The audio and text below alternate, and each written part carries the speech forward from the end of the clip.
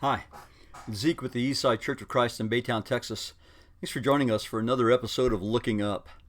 As I record this, Halloween is just a few days away, and it's a reminder to us that sometimes there are scary things out there. Life is scary. I'm not talking about goblins and ghosties and things that go bump in the night. I'm thinking about other things that are far more real and far more scarier. There are computer hackers. There are dishonest business people. There are criminals in the world, crooked politicians, neighbors who take advantage of you, and of course this nasty, persistent virus. And it might seem that the easiest thing to do is simply to stay home, lock the doors, draw the shades, and curl up into a fetal position and hide. But Jesus calls his followers to a different kind of life. He asked his first followers to have the courage to stand up for him in difficult and frightening situations. I mean, think about it. They had to go out and preach his name where some very important and powerful people wanted them to stop. They had to swallow their fear and buck up with their courage. And they did. And they persisted. And thanks to God for their persistence and their consistent courage, today, if you're a Christian, it's because of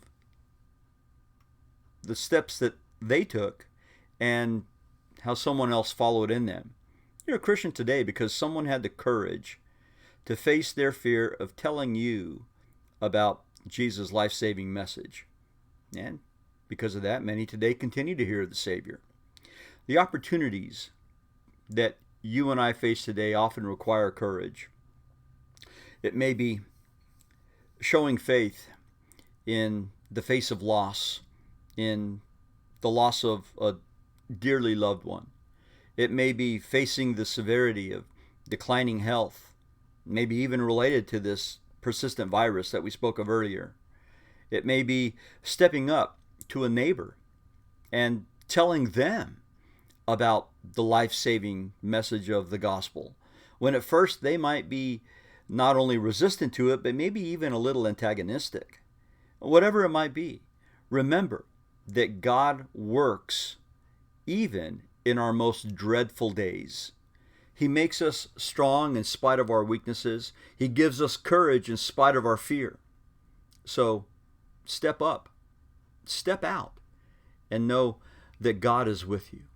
Our looking up verse comes from the lips of Jesus himself in Matthew 14, verse 27, where he told his disciples, "Take courage, it is I. Do not be afraid." Those words are just as useful to us today as they were to those who first heard them.